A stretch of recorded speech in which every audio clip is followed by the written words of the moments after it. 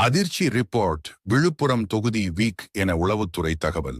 விழுப்புரம் ஆனந்தா ஹோட்டலில் 4 பேர் அமர்ந்து விழுப்புரம் தொகுதி வருகிற தேர்தலில் யாருக்கு வாய்ப்பு என்பதை பேசிக் கொள்கிறார்கள். கதிரேசன்: என்னையா நடராஜன், இந்த 2026 தேர்தலுக்கு இப்போவே திமுக தீவிரமாகிறதாமே. நம்ம விழுப்புரம் தொகுதியில யாருக்கு வாய்ப்புன்னு நீங்க நினைக்கிறீங்க? நடராஜன்: ஆமாம் கதிரேசன், தேர்தல் வேலைகள் இப்போதே ஆரம்பிச்சிடுச்சு. முதல்வர், உளவுத்துறை மற்றும் திமுகவின் பெண் டீம் என தனித்தனியாக எடுக்கப்பட்ட ரிப்போர்ட்டுகள் எல்லாமே விழுப்புரம் தொகுதி வீக் ஆகவே உள்ளதுன்னு அதிர்ச்சியான தகவலை சொல்லியிருக்கோம். இந்த வீக் நிலைதான் இப்போ பெரிய பேசு பொருள்.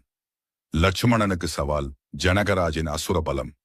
வேலு: அது என்ன வீக்னு சொல்றீங்க ஐயாசாமி? தற்போதைய சட்டமன்ற உறுப்பினர் லட்சுமணன் மேல கொஞ்சம் அதிருப்தி இருக்குன்னு பேச்சு அடிபடுது. அவர் வன்னியர் சமூகத்துல செல்வாக்கு பெற்றாலும் தொகுதிக்குள்ள ஒருவித சோர்வு இருக்கு. பல்ஸ் டவுன் ஆகிடுச்சுன்னு ரிப்போர்ட் போயிருக்கான்.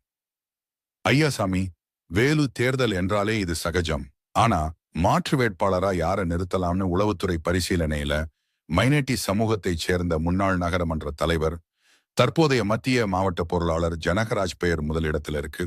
யாதவர் சமூகத்தைச் சேர்ந்தவர், வாக்காளர்கள் கிட்ட ரொம்ப பரிச்சயமானவர், எளிமையான அணுகுமுறை, உதவும் மனப்பான்மை, பணத்திற்கு பஞ்சமில்லைன்னு பல பிளஸ் பாயிண்ட்டுகள் அவருக்கு இருக்கு.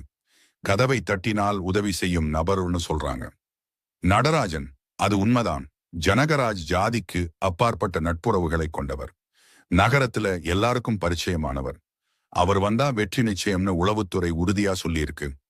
கதிரேசன்: அப்ப கட்சி தலைமை லட்சுமணனை கைவிட்டுடுமா? நடராஜன்: இல்ல, அப்படி சொல்ல முடியாது. கட்சி தலைமை இன்னும் லட்சுமணனுக்கும் வாய்ப்பு இருக்குன்றதான் நினைக்குது. ஆனா இந்த தொகுதியில வெற்றியை நிர்ணயிக்க போறது மைனாரிட்டி சமூகங்களின் வாக்குதான். அந்த வகையில ஜனகராஜ் தேர்வாக அதிக வாய்ப்புள்ளவராய் இருக்கார்னு அறிவாலய தகவல்கள் உறுதிப்படுத்துகின்றன. வேலு: விழுப்புரம் மட்டும் இல்லாம தென் மாவட்டங்கள்லயும் நிலைமை ரொம்ப சிறப்பா இல்லையாம். ராமநாதபுரம், தூத்துக்குடி, கன்னியாகுமரி தொகுதிகள்ல சிட்டிங் எம்எல்ஏக்களோட செல்வாக்கு குறைஞ்சிருக்கிறதா ரிப்போர்ட் போயிருக்கு. கதிரேசன்: எது எப்படியோ அடுத்த தேர்தல் சூடு பிடிச்சிட்டே இருக்கு.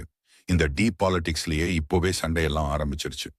தமிழகத்தின் அரசியல் களத்தின் அனலை அப்பட்டமாக பிரதிபலித்தது. 2026 சட்டமன்ற தேர்தலுக்கான களம் இப்போதே தயாராகிவிட்டது என்பதற்கு இந்த பாலிடிக்ஸ்.